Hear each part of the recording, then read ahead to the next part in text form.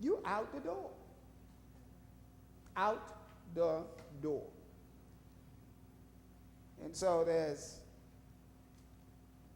something to think about. Now, if you can be obedient to the boss, why do you struggle with the husband? Yes, Brother Brian. Well, one thing that we also got to remember is that relationship takes two. You know, everything, argument. You can't have an argument by yourself. It takes two. That's what Deacon Oka said. The scripture says every you're right. The husband has his part.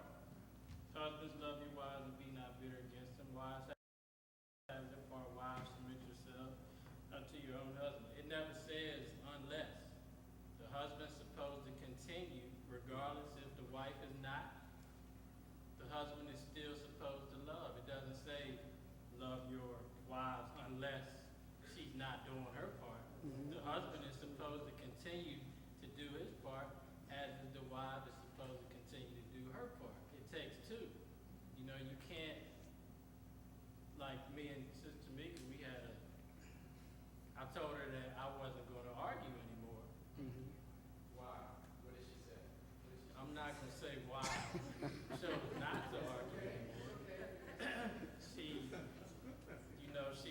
let me know some things and it hurt me, but, you know, I chose not to. I didn't want to be, you know, the reason for her, you know, hurting herself or anything like that, you know, bringing pain to her. So I told her that I wasn't going to argue. So I said, you know, something came up where she came to me arguing with me. So I said, you know, I have stepped up and said I'm not going to do. You need to do the same. You know, you can't expect me to do my part if you're not going to do your part. True. You know, so husbands have to do theirs, continue to do theirs, as wives has to continue to do theirs. You know, I'm not going to stop doing what I'm supposed to do just because you're not doing what you're supposed to do. It doesn't say that. You know, all it says is husbands, love your wives and be not bitter against them, period. You know, it doesn't say I'm not going to love you because you're not showing love to me. It doesn't say that. The husband has to continue, the wife has to continue, and it takes two to, you know, make things work. That's just something I'm going to say. You know, one thing that can solve all the problems.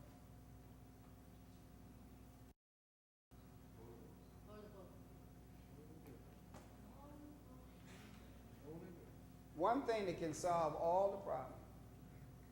You've heard the song, If Everybody Had Jesus, what a wonderful world this would be.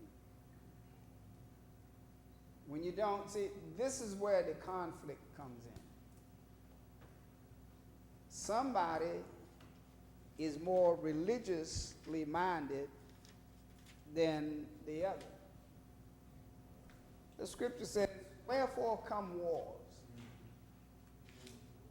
Because you got a desire, you got a feeling, and wait a minute, you know, I've got, Danielle, I've got, and then I don't agree with, so then you got conflict there. It's a beautiful thing when everybody has Christ in their lives. Because whatsoever you do it heartily unto who? So you don't tell God, no, I ain't going to do it. You don't tell Christ, no, you can't tell me what to do. I have never heard anybody yet say to Jesus, you ain't telling me what to do.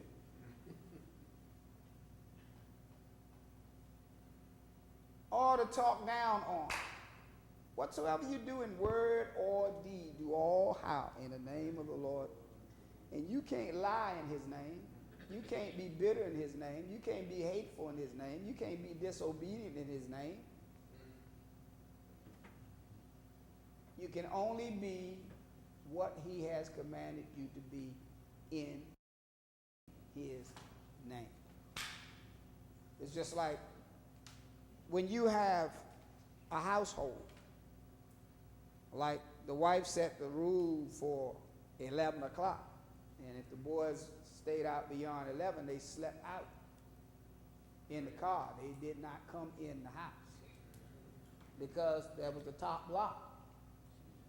And once she locked the top lock, that was it. And she went on to bed. Yeah. They come there, you hear them hit the door sometime, and the bottom key, and they try to push the door, and the door won't open. So then the next step is sleep in the car. Now, I didn't set that rule, she did. And she stuck to it. It didn't matter who it was. If they came, I don't know if she ever locked Brian out or not. Yes, That's the she thing. did. Did she lock you out? He got his turn too. I know she locked Howard out. I had left like around, this is when I was in the military, but I came home to visit. I had left maybe at like midnight, I think. Did you tell her you were coming? I left and came back a few hours later. Just because you was in the military, you thought you had liberty. Well, the door was locked. There was a chair in front of the door. The Tahoe was turned around in another direction. So I had to find another way to put it. But you didn't stop loving your mother for that, did you? Definitely not. Tough love, tough love. Yes, Mr. Day. I was looking at that 17th verse where it said, "Obey them that have rule over you. Submit yourselves, for they watch for your souls as they that must give an account, that they may do it with joy, Joy. and not with grief. Thank you. That is unprofitable for you." Like I said, Unprofitable for who? unprofitable for you, The one that's being disobedient? being disobedient. Mm. And, again, like I said earlier,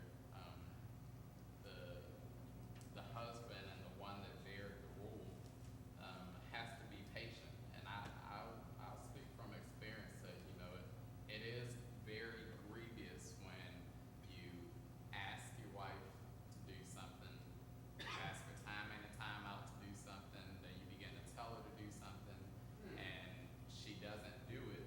And, it is grievous, but, you often hear me when I'm up there ministering, and I say, don't allow what someone else doesn't do to change the type of person that you are. Like I asked her the other day, did you get DJ's tie for the wedding yet? Did you get his tie yet? Well, and I asked her time in, time out, and those things, it does begin to get grievous, but again, we have to be patient with them because they are the weaker vessel. They have wives have a lot to do. They have a whole lot to do, I think, more than we realize that they have to do. And even though it does get grievous, we can't go off on them. The scripture comes to mind, and I can't exactly quote it, but I think it said the same that offendeth not in word or deed, the same as a Perfect. perfect man. And I could easily say something to her right now for not going to get that tie that could offend her. And then what have I done? I've then made Allowed. myself into an imperfect man. I was listening to one of my brothers told me that they was talking to somebody and they were just going off and yelling at him and things like that. And the person responded by saying, "God bless you, God bless you, God bless you, God bless you." And it caught him off guard.